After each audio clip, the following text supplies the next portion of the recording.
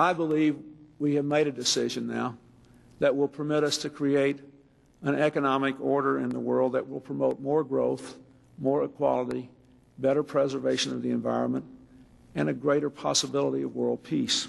It became clear that the best way to stay competitive and protect the business for long term is to move production from our facility in Indianapolis to Monterrey, Mexico.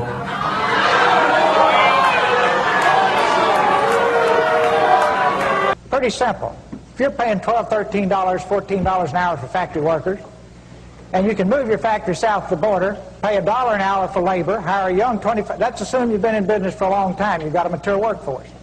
Pay $1 an hour for your labor, have no health care, that's the most expensive single element, making a car, have no environmental controls, no pollution controls, and no retirement, and you don't care about anything but making money, there will be a giant sucking sound going south.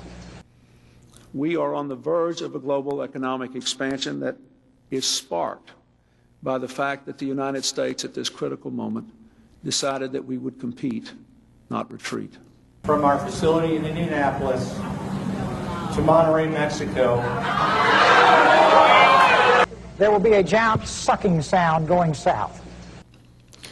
In a few moments, I will sign the North American Free Trade Act into law. A giant sucking sound, a giant sucking sound. We also intend to relocate the distribution center from Indianapolis as well.